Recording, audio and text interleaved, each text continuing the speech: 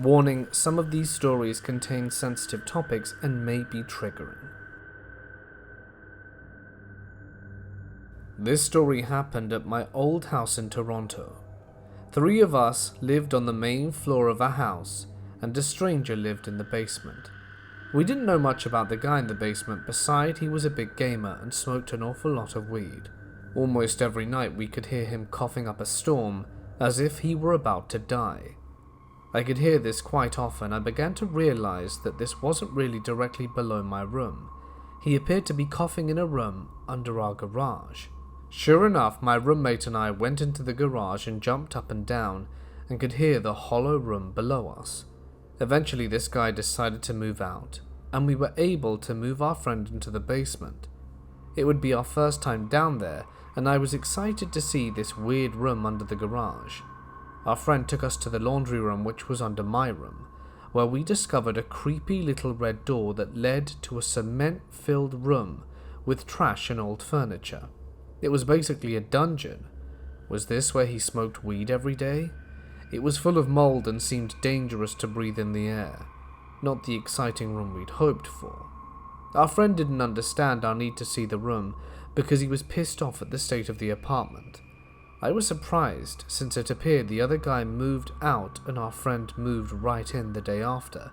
Not too much to clean. But then my friend told me the guy had been gone for 2 weeks already and no one cleaned it. I thought about this for a moment, and immediately got a cold chill down my neck. The last 2 weeks this guy was gone, I could still hear the horrible coughing coming from that creepy room. I grew up on an island in Alaska, and I lived on the same property since birth to high school graduation. Our house was 2 stories, and the downstairs had a bathroom, furnace room, storage room, entryway, and rec room. One of the walls had some plywood pieces up so that we could feed extension cords through it into our crawl space. We had a C-shaped driveway that you would enter from one side and then park in the carport and then just drive forward towards the exit. The crawl space consisted of 2 big water tanks because we caught our own rainwater and used this area for storage. This space was 10 by 15 but only 3 foot high. You had to lift a cover up to get into the water tanks, and you could only enter the crawl space from the side of the house. It was a 2 by 2 door that we kept a master lock on, but never actually locked it. Our dog Brewster's area was on this side of the house as well. He had a big fenced area, his own stairway and porch, which was half covered, and he had a doghouse. Brewster weighed about 130 pounds, was a fantastic dog who only barked when necessary. During the summer, we had black bears in our yard most nights, and Brewster would give a quick bark to get them on their way, and we knew his barks. There are 4 of us in our family, my parents, myself, and my older brother, who is 2 years older and has Down syndrome. My brother was in special education at school, and there were other kids who would come into the same room, but just once in a while throughout the day, because they had a smaller disability and were able to keep up in some general classes, but some of the kids had discipline problems or mental illnesses. My brother was loved by the kids in school, and everyone knew him. One day, a native kid that was about 15 came to our door and wanted to play with Travis. We thought it was odd because Travis has moderate Downs, and he didn't really like playing with other kids. He liked watching kids play.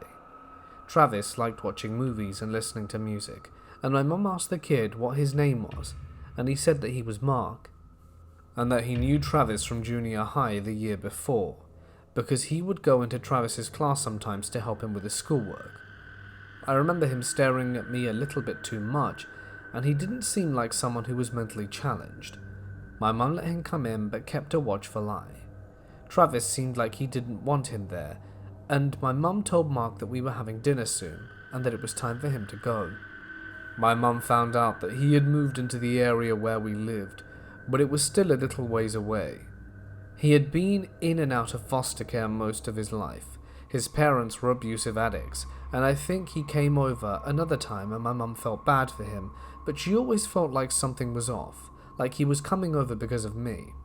My mum politely told him that Travis didn't really want having visitors over, and he seemed okay with that and never returned.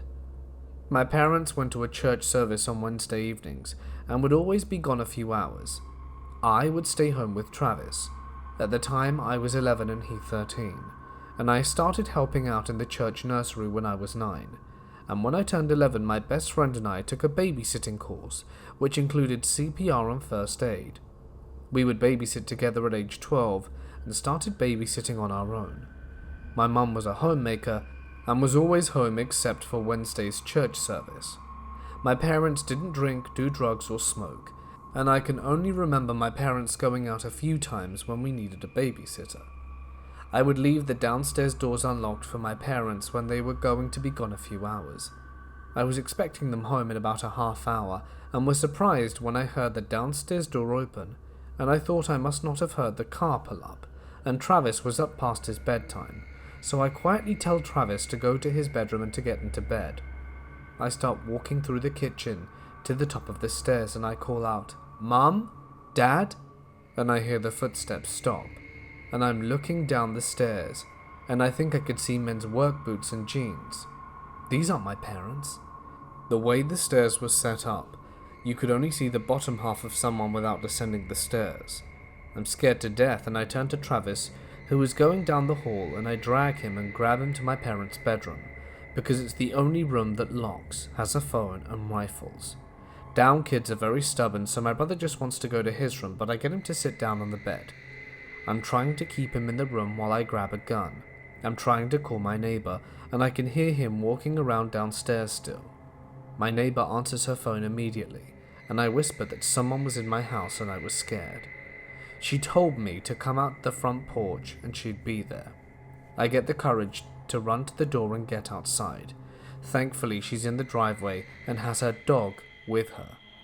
She lets me know that she's going to enter the house through the downstairs, and she disappears from sight but comes back quickly and tells me the door is locked, and she makes her way up the stairs, gets to the top when she hears the downstairs door open and the crunching of gravel as the intruder is running off. She lets go of her dog's leash and the dog chased the person into the woods. The dog came back 10 minutes later, and our neighbor sat with us until my parents got home.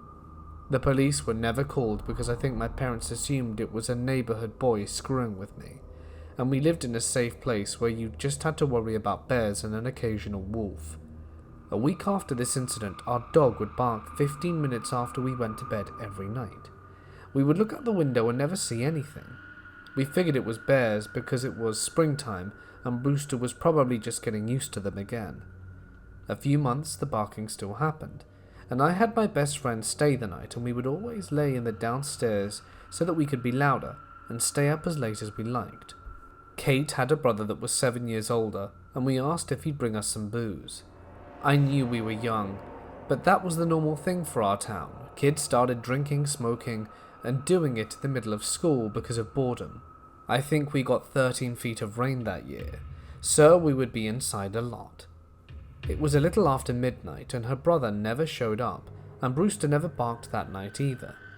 We were sitting on the stairs braiding each other's hair when we both got a feeling of someone staring at us, and we looked over, and a guy was staring into the window. We ran up the stairs in panic. We thought maybe it was her brother, but he wouldn't have come up to the window to spy on us like that, and the face seemed too dark to be his.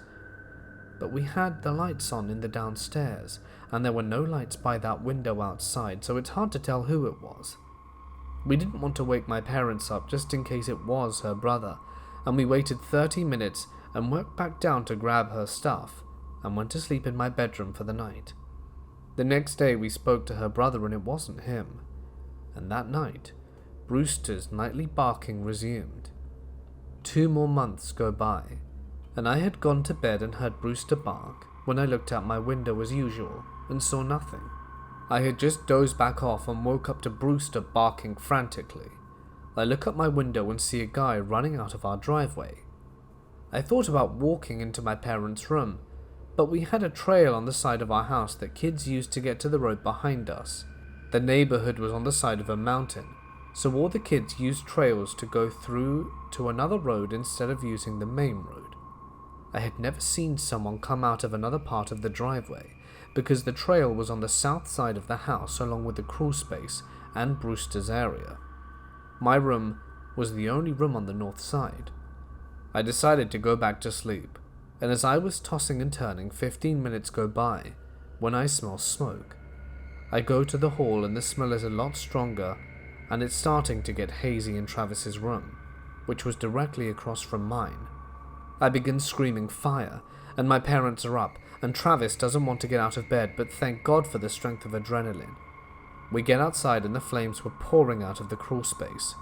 We get Brewster out of his enclosure, and the neighbors all come out to help us. The firemen were rather quick, but the fire had destroyed the crawl space and my parents' and Travis's bedrooms. Thankfully, the firefighters got the fire extinguished and no one was physically hurt. This was one of the scariest nights of my life though. I'll always remember the fire chief kneeling down to speak to me after he had talked to my parents when he said, "Melinda, we believe it was arson." I look at him with tears streaming down my face and I say in anger, "Who is arson?" And everyone started laughing so hard. And I'm thinking now how funny that was. That damn arson could have killed my family.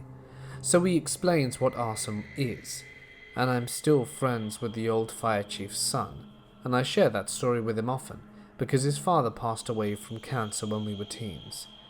His father is the only happy memory I have from that horrific night.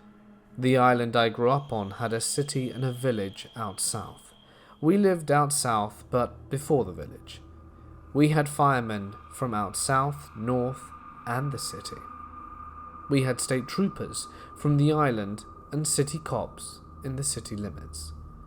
My mum took my brother and I to our family friend's house, and my dad dealt with the fire officials and the state troopers that showed up after. After the investigation, my family, neighbors, and the firemen pieced together that a person had been living in our crawl space for 4 months. We knew he had set the house on fire on purpose. He used a box of matches. My mum said the first odd thing she noticed that night was the smell of sulfur. We knew who did it. It was Mark. His uncle was one of the firemen who first showed up at our house and saw him standing near our driveway watching. My mum had told him my description of what the person was wearing that I saw fleeing our house, and it was what he was wearing. Behind our house near the crawl space area, my dad found where he hung out when he wasn't in the crawl space. There were a bunch of cigarette butts, soda cans, which we also found in the crawl space, but because our crawl space wasn't locked, our insurance policy wouldn't have paid for the repairs. Because of our water tanks, the space was supposed to be locked. So my parents never said anything to the police, and the firemen never said anything. By pursuing this, we could not have a home, a house my father had built. It took 4 months for our house to be repaired, and it smelt like ozone years later. What bothers me the most is knowing he had seen me and my friends undress numerous times while changing in the rec room during tons of sleepovers. Where he had set up shop was right next to the plywood with the holes drilled through. He listened to all our secrets, and I never explained to my friends that he had seen us and heard us during our sleepovers because I didn't want them to feel sick to their stomachs, like I still do. I still have issues when it comes to being home alone. I can't sleep if I'm the only adult in the house, and I keep the volume on everything very low, and I'm scared to shower. I like to be able to see the front door, and I have night terrors to this day. I'm 34 now, and I've been dealing with anxiety since the fire and panic attacks since I was 18, and recently have been diagnosed with PTSD. When the Intruder was in his early 20s, he was caught for burning down a few houses and was put in jail. All my childhood toys were stored in the crawl space, along with a lot of our family's sentimental possessions. I've been dealing with a possible neurological condition for the past year, and I lose my train of thought easy and struggle to find words that are simple. Thank you all so much for listening. Many years ago, my now ex-husband and I purchased what used to be an old farmhouse. It was a unique old house that had been added onto many times over the years. We started updating it room by room, and had been living there about a year before we began to work on the finished basement. I had 3 boys from my previous marriage who were 9, 11 and 14 that lived with us but visited their dad every weekend who lived about a mile away. The first project in the basement we planned on doing was to convert one of the good-sized storage rooms into a walk-in closet for seasonal clothing, sports equipment, etc. The previous owner had left several cheap metal shelving units behind in this room that we'd never moved but weren't part of the new design. The night before I was set to start on the project, the boys and I had rented videos and watched Stir of the Echoes with Kevin Bacon. From what I remember, the movie was about a dad character, Kevin Bacon, having dreams or visions about a young girl who had died and was trying to get him to find her and solve her murder. It wasn't too intense, but had a few suspenseful parts with jump scares and special effects. I recall the end being something about him digging in the basement and trying to find the dead girl, breaking through a blocked wall and discovering her behind some thick plastic sheeting or something like that.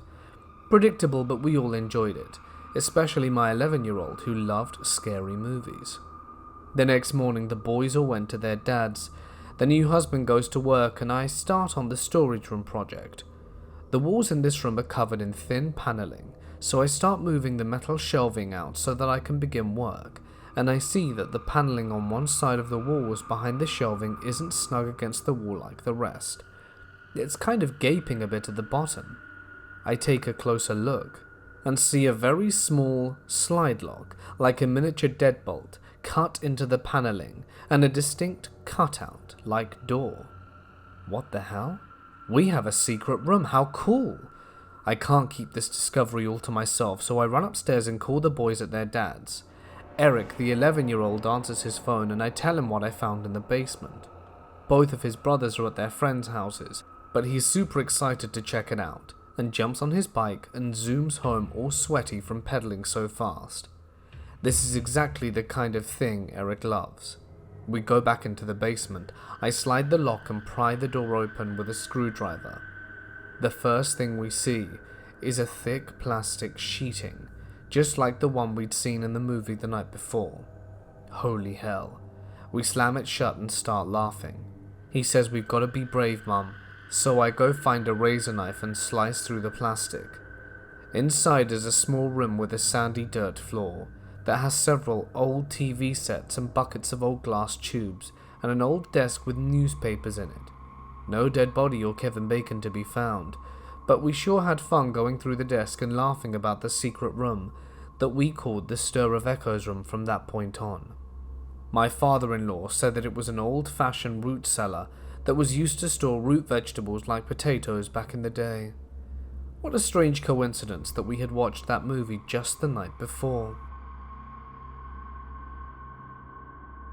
I went to a high school that was built years ago, maybe 200 to 300 years ago to be exact.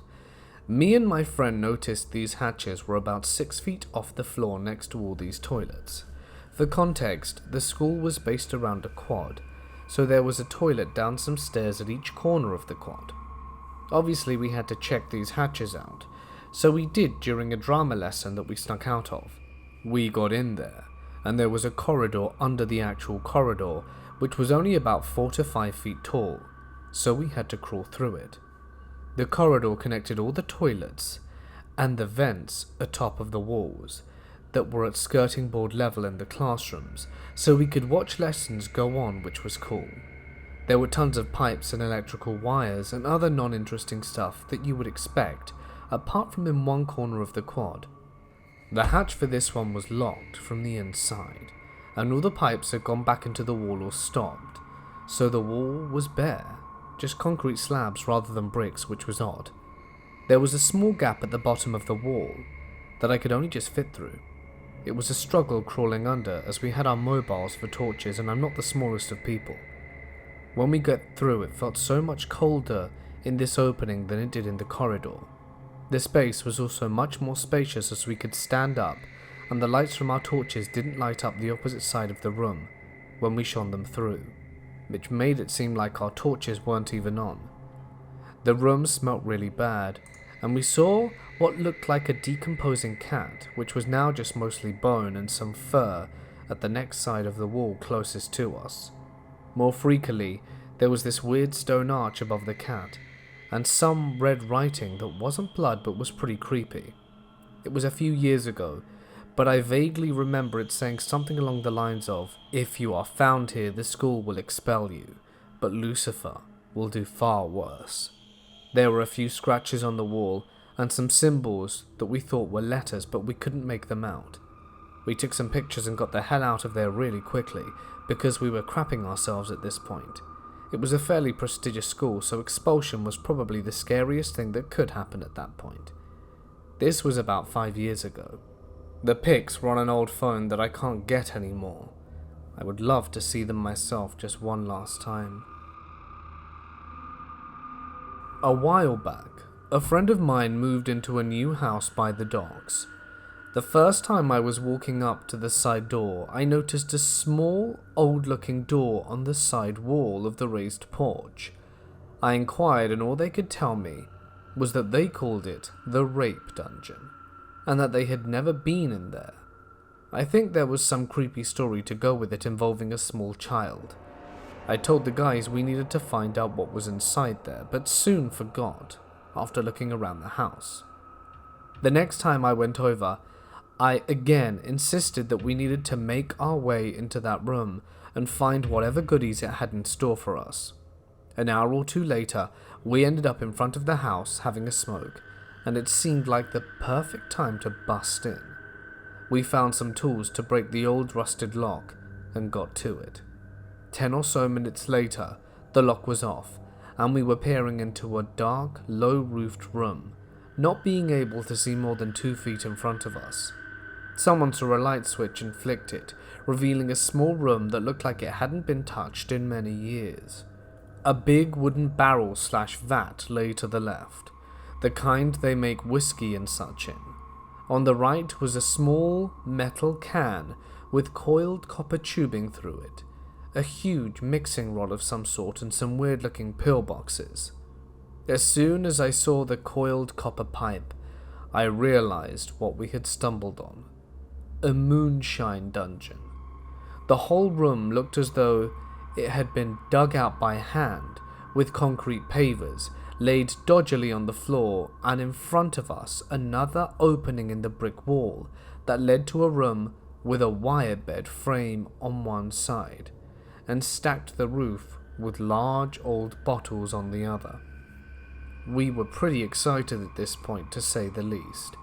We started poking around as you do, find some old Playboy mags and other weird bits and bobs. I was expecting the barrel that was on its side, when I knocked out one of the chonks that kept it from rolling around. I went to pick it up from behind where the tile was, and I saw a plastic bag or something of the sort poking out from under the sand. So as you do when on a treasure mission, I started to pull, and this is where things get really interesting. I get the bag up and find that there's another bag inside and another, and this goes on for 40 to 50 bags before we reach a completely see-through bag that has some weird black-looking thing inside. At first we thought it might be heroin or something, but after peeling the plastic back, a wallet was revealed. So now we're getting really excited. We walk outside into the light and see a wad of $100 notes, thicker than I'd seen in a while, and they add up to around 17,000. That was a day I'll never forget. We ended up splitting the money. The serial numbers showed the earliest notes were only from around 15 years ago. In any case, free money. I worked on a project in central London where there were many Victorian terrace buildings along one edge of the site and a heritage facade along the main road, a very well-known road. The project was to demolish the building behind while retaining the facade and build a new building behind to tie into the heritage component. During the demolition phase, we found lots of quirky elements, but the building needs a history context first. Parts of the building used to be the royal wine cellars until the end of King George VI's reign.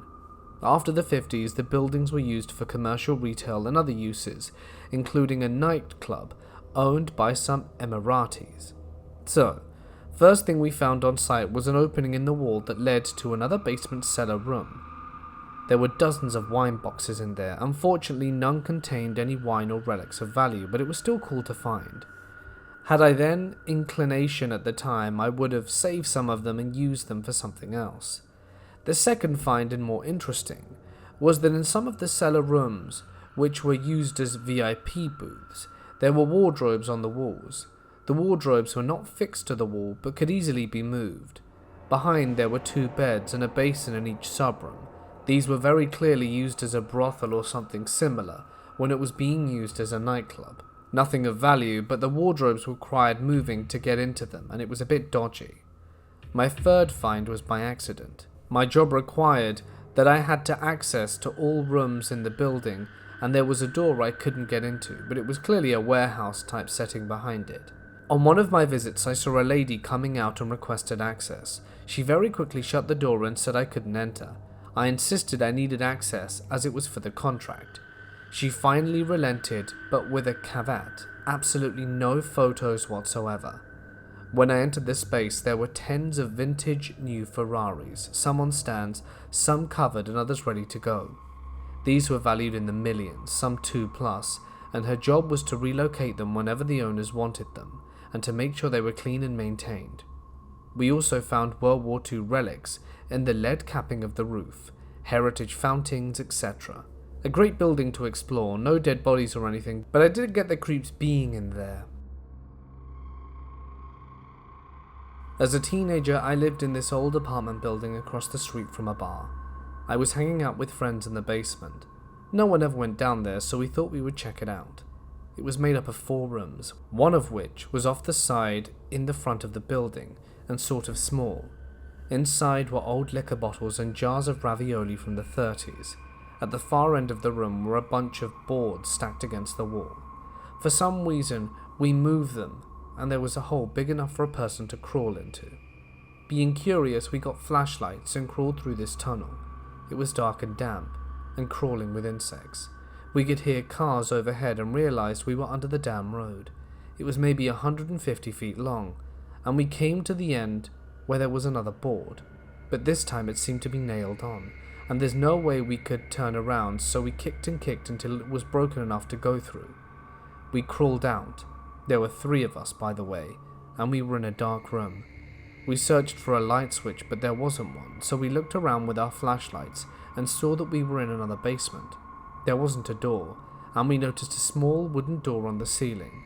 We got out, and seemed to what appeared to be in another basement. We went upstairs to find ourselves in the bar across the street from me. The bartender came around yelling at us, the owner as well, and questioned us, and we told her of our venture. We came to find out it was a secret tunnel used during Prohibition times. The bar was originally a speakeasy. We once found, in one buddy's vacation home in Maine, a secret passage. There were 10 of us, and the house was like 8,000 square feet. The secret passage started under a sink and a bathroom vanity, and went all the way across the house into a closet-type deal that had a wooden seat/box thing, where you'd push on a random knot in the wood grain and it would undo the latch. If you crawled into the vanity, you could sit up with some room to spare, enough room for 2 people to sit facing each other cross-legged. As you crawled closer to the other end, the wooden box end, you had to army crawl. It was very dark, and it got progressively narrower and was super weird. We jammed everyone in and hotboxed it until we literally couldn't breathe. It could have been a panic room, I suppose, but just connected the 2 wings of the house. His dad had actually built it and wanted to see how long it would take for his kids to find it. As a kid growing up, I lived in a small town in western New York about an hour south of Rochester. Town name Naples. A friend and I were exploring his basement and we found a boarded up tunnel. Looked like a boarded up window. There was a cord of wood stacked in front of it. We finally got the boards off and discovered a hole that went about 30 feet under the house towards the road's main street. We asked his parents what it was, and they told us it was a link to the Underground Railroad that slaves used to escape to the north. Actually to Buffalo and then across to the Canadian border. We did some research at the town library, and from everything we could find it appeared to be true. I guess there was once a network of tunnels under the town, and this house was on top of one of those pathways. In my city, our big central library resides in a once huge mansion. When I was a kid, perhaps 9, I was there for a field trip when I noticed scratch marks on the wood floor swinging out of an arc from the wall. The wall itself was a bunch of built-in bookshelves, and deduced there may be a secret room there. I asked the librarian giving us the tour, and she revealed that there was a secret door there, which she opened for us by pulling a book out of one of the shelves. It was like something you see in a movie. It made me think of Clue, which was one of my favourite movies at the time. It led to a small display room where they put a bunch of random pieces of art and sculpture. Apparently there were a bunch of secret doors/rooms in the library too, but I never returned to have a look through them, though it would have been cool to do. I managed a building in Portland, and in the basement there was a side hallway, and down this dark and old side hallway there were little rooms that had been a part of a flop house that was in there. In the back of one of these rooms, boarded up, we found an entire bathroom that was functional. It was old as hell, and we had to do a little work on it, but it ended up being really useful, and found another small room behind a wall near the coal chute that had a bunch of really old barrels and a pike. Pretty cruel stuff, but definitely creepy as hell when you're doing it. I moved into a house with my friend. It was an old Victorian house complete with a basement. We went down and put some furniture there and checked it out. 2 carpeted rooms with old junk in it, and then some bricks on the floor from the wall. We look at the wall and there's a hole in there, just big enough for me to fit through at a squeeze. A dirt slope down into a huge high-ceilinged room, complete with a shelf and a sleeping bag and a duvet on. The room had been soundproofed, had electricity and water in it, and a huge closed-off fireplace, floor to ceiling. The only way in and out of the room was the hole I crawled through. Didn't freak me out too much. I figured I was underneath next door's house, but the duvet bothered me. I lived there for years with no problems. I wonder if someone had been living there. The following story takes place in Madison, Wisconsin. I met a college girl that was living in a defunct frat house. They had lost their charter for reasons I didn't know at first. We fell for each other and I moved in with her. It was a great apartment complex with pool tables and giant showers. One night when we were drunk, she took me to a room that was empty. It had 2 bunk beds, and above one bed was a secret door/hatch. It led to an upstairs room where most of the hazing took place. The story goes that one night during a party, in the dead of winter, a girl was gang raped by some of the frat boys, and they just left her up there in the cold, and she ended up dying from freezing to death. One of the frat boys was so distraught by the incident that he went up there one day and painted her picture on the wall, then hung himself. While we were up there, I could swear that the eyes on the picture would follow you around the room, and some people swore that they would hear crying coming from upstairs. As you can imagine, I never ventured up there again. I ended up finding a secret passage. The landing on the staircase going upstairs was hinged. If you opened it up, you could drop into the area below the staircase. From there you could open the door in the wall, which leads down to the basement. In theory, you could act as if you were going upstairs from the main floor, and go through the above to get into the basement and escape the house from the basement door. This house is in upstate New York and dated back at least to 1895. Possibly we thought it was some underground railroad stuff or maybe Prohibition related. We did find old bottles of liquor in the walls when we remodeled, and I imagine it was an easy way for people to transport moonshine or the like. I once found a room in the back of my parents' closet when I was a kid. It was essentially a kid-sized hole cut into the drywall that led to a small room under the stairs leading to the basement. None of us knew it was there. The room was all concrete with some 2x4s stretching across the ceiling and others acting as supporting beams from the stairs.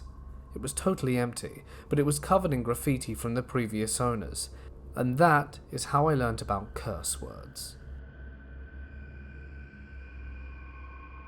When I was a senior in high school, I was sitting on my back porch with a friend, drinking and smoking cigarettes, when suddenly she got quiet. After a moment she turned to me and asked, "Where does that window go?" I'd lived in this house for 5 years at this point and had never noticed an extra window on the back of my house. Amazingly, neither had anyone else in my family. The backyard was pretty overgrown, and we almost never spent any time there. I pretty quickly determined that the window had to be located behind the wall of our hall bathroom shower, but it was locked from the inside and seemed to be nailed shut as well. What could possibly be hidden inside that wall? Why would you seal up a window from the inside but leave it completely accessible from the back of the house? It didn't make sense. This naturally became a topic of intense speculation for me and the friends I had over to drink every time Mum was out of town. There must be a body, or catch of old documents, or pirate gold back there, but alas, we couldn't get inside without breaking the window, and I wasn't willing to vandalize my own home to satisfy my curiosity. 10 years later, the house was in serious need of renovations, to include a complete remodel of the hall bathroom, and I finally got my chance. Time had done nothing but sharpen my curiosity about the mystery-sealed wall, and I knocked down the tiles and broke through the drywall. 1,000 possibilities raced through my mind. Jimmy Hoffa could be hidden back there, or an original copy of the Declaration of Independence, or quite possibly the Holy Grail itself. Barely able to contain my excitement, I ripped a huge chunk of the wall with nothing but my gloved hands, finally revealing the long-forgotten window and a bunch of moldy pink insulation. Some mysteries are better left unsolved, kids. When I was in 6th grade, I went to some apartment complexes with 2 friends and it was crazy. The whole thing was pretty much a normal apartment complex, and then the place we went was a friend of a friend's mum's apartment. I think he owned it or something. It was super big, probably like 5+ apartments worth. I remember the layout was strange. You entered and you got into the kitchen straight ahead, and to the right was a hallway. The kitchen had like a teacup for the dining area.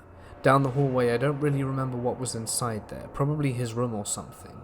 At the end though, there were stairs leading to the bottom floor. In there you opened an airplane door and were literally inside of a plane. There was a projector inside and we got to watch a movie in there. Next, there was another door in the plane that led to some big area. It was like a big upstairs with an upper floor with a railing, and in that floor there was a big cutout to the floor below. On the bottom floor there was a room with a surgery table and was set up to be a scene from the Twilight Zone. There you would go upstairs and there was some kind of kitchen with a hidden room in the closet. The hidden room led to a giant stage with no bottom seats, only upper seating. Then stairs to get down. Then the seats led to some other things, where it was another little hidden doorway, and it was on some railing thing. This must sound super confusing, but the house was sick and so strange. Once at the boarding school I went to, I often tried to find out what were behind doors. Once I found access to a room directly under the glass roof. Me and my friends started to hang out there quite regularly, and I guess the school wanted it to be used, but hadn't yet planned for it. The door was open most of the time, but a lot of teachers didn't know about it. Also, I found an attic full of stuff, like furniture and so on, but mostly dust. It seemed adventurous in the beginning, but soon turned out kind of boring. When everyone knows your secret hideout, it stops being so secret. Hey guys, it's Mort here, and thank you so very much for listening. I hope that you enjoyed tonight's collection of stories. It's always fun to go venturing into secret passages, whether it's to find, secret speakeasies or forgotten, intentional rooms in the house. It's always pretty interesting in my opinion, and sinister. Like in case someone's spying on you all day and then tries to burn your house down. If you enjoyed tonight's video, please be sure to let me know in the usual way down below, and thank you as always for watching. It really is appreciated more than you could ever possibly know or understand. I love you all. A huge thank you as always to my members, patrons, and supporters on Ko-fi whose names can't be seen on screen, and my gratitude is eternal. Thank you. But for now, I believe it's time for me to sign off, and I look forward to seeing you on Sunday for a brand new compilation. Stay awesome, stay safe, and I'll see you in the next one.